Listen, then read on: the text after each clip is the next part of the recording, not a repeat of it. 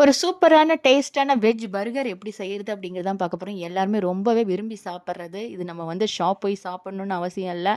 இது நம்ம வீட்லயே நம்ம செய்யலாம். இத நீங்களும் வந்து ட்ரை பண்ணி பாருங்க. ஒரு பெரிய பன் எடுத்துக்கோங்க. அத 2ஆ அந்த மாரி கட் பண்ணிக்கோங்க. அதுக்கப்புறம் ஒரு பேன்ல வந்து பட்டர் போட்டுக்கோங்க. அதுக்கப்புறம் வந்து எள்ளு வந்து வெள்ளை எள்ளு லைட்டா போட்டு, நம்ம வந்து கட் பண்ணி வச்சிருக்கிற பன்ன வந்து இந்த மாரி வந்து பெரட்டி போட்டு எடுத்துக்கோங்க.